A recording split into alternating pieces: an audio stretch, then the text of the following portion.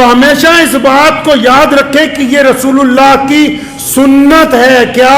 حلم اپنے اندر پیدا کرنا، بردباری پیدا کرنا، اپنے میں سنیم لانا. فوری طور پہ جواب کے طور پر جواب دے دیا تو کوئی کمال کا کام نہیں کیا ہے ہم نے.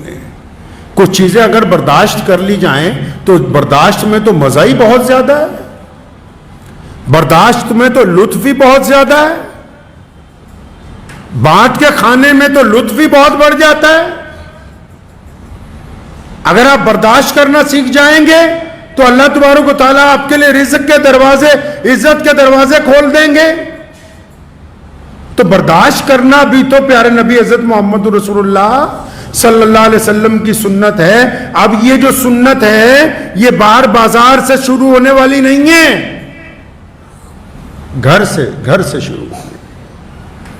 اپنے گھر سے، اپنے اہل و عیال سے، اپنے والدین سے، اپنی بیوی بچوں کے ساتھ، اپنے پڑوسیوں کے ساتھ، اپنے بھائیوں کے ساتھ، اپنے غیر مسلم دوستوں کے ساتھ، اپنے محلے والوں کے ساتھ، یہاں سے شروع ہونے والی ہے.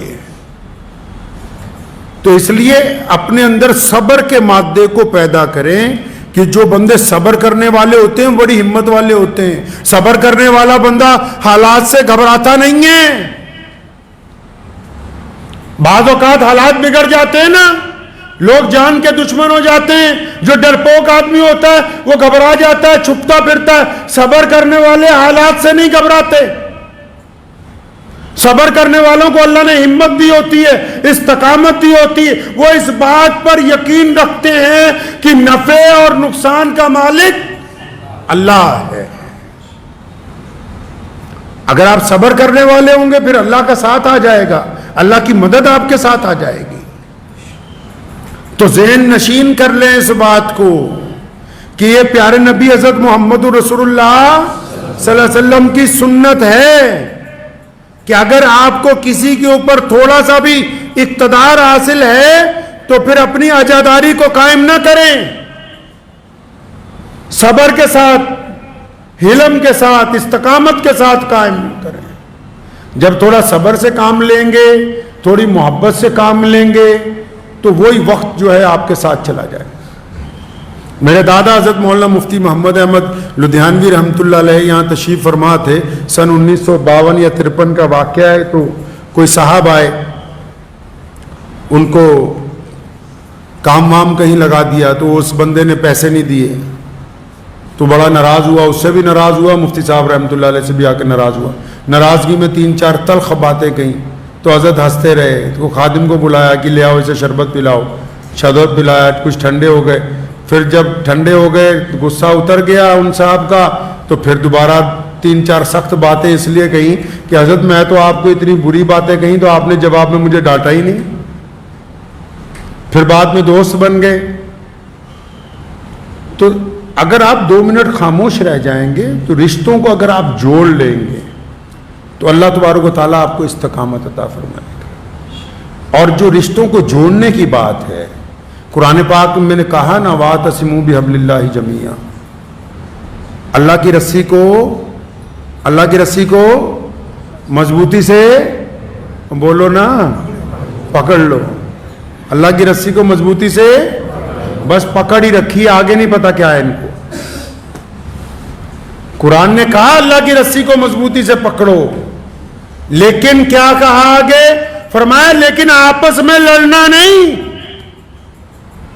آپس میں ایک دوسرے کی ٹانگیں مت کھینچنا، ایک دوسرے پر الزام تراشی مت کرنا، ایک دوسرے کی عزتیں مت اچھالنا، فروئی مسائل کو لے کے ایک دوسرے کو سڑکوں پر ذلیل نہ کرنا، مسجدوں میں بیٹھ کے ایک دوسرے کے خلاف تقریریں مت کرنا، ایک دوسرے کے خلاف عوام کو بھڑکانا نہیں، ایک دوسرے کے خلاف لوگوں کے دلوں میں نفرت مت پیدا کرنا. اور پھر قرآن نے یہاں تک کہا کہ اللہ کی رسی کو مضبوطی سے پکڑنے والوں، اگر تم آپس میں لڑتے رہو گے تو پھر تمہاری ہوا اکھڑ جائے گی، تمہاری عزت تمہارے پاس نہیں رہے گی، ہوا اکھڑ جائے گی تمہاری. یہ کیا سمجھتے ہیں کہ اچھا آپس میں لڑنے سے صرف 2 آدمیوں کی گفتگو بند ہوتی ہے؟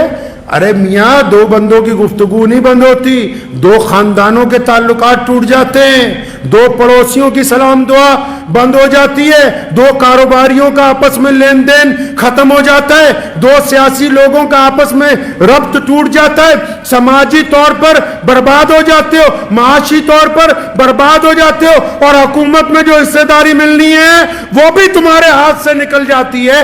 آپ نے کیا سمجھا کہ تفرقہ اور نا اتفاقی صرف اتنی سی ہے کہ دو لوگوں میں سلام دعا نہیں؟ یہ نا اتفاقی جو گھر سے چلتی ہے یہ پارلیمنٹ تک جاتی ہے، جہاں تمہارے کسی نمائندے نے بیٹھ کے تمہارے لیے بات کرنی تھی، تم نے تو آپس میں لڑ کے اس کو وہاں پہنچنے ہی نہیں دیا ہے۔